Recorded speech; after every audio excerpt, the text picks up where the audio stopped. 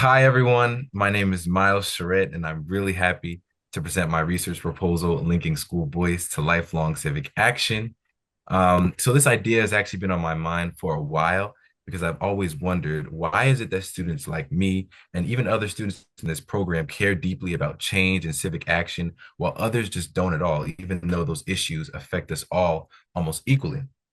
And while there's so many different answers to that one question and so many different factors that have already been extensively researched, the goal here is not to ignore those factors, but to explore something new.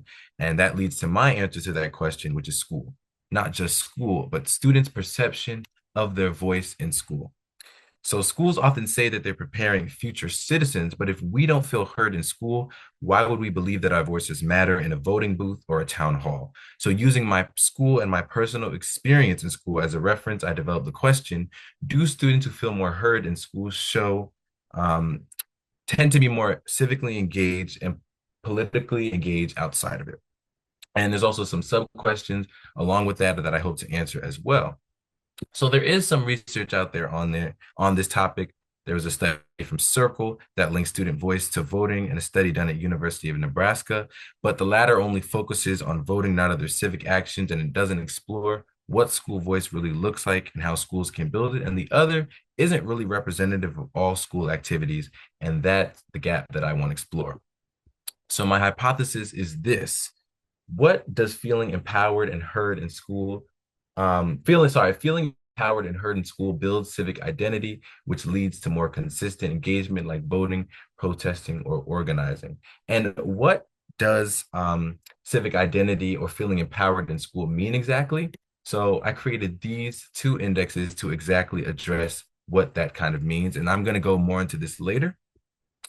But my first method that I'm going to use, this is going to be a mixed method research that I'm going to go and do. And this is the first method, which is going to be quantitative, which is a survey.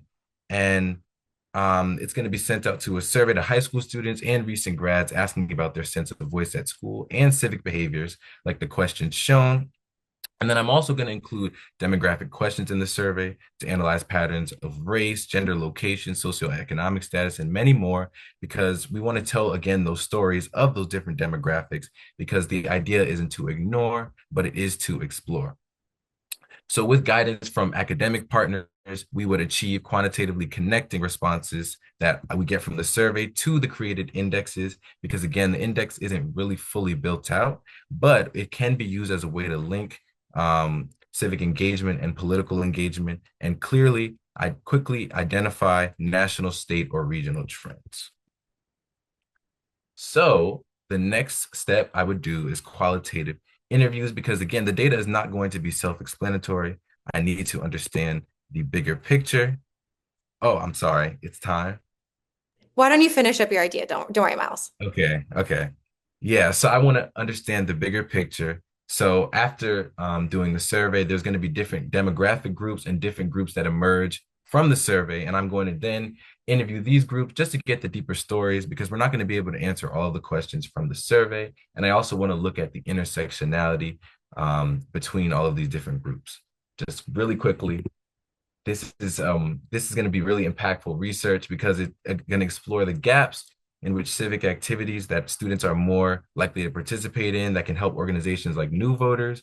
And also, the research is going to help schools realize that maybe there's something we could take from this research and then input it into our schools. And then it's also going to set a foundation for more research to come. And these indexes are just going to be the starting point for a lot more researchers to build on. And here's my bibliography, and thank you.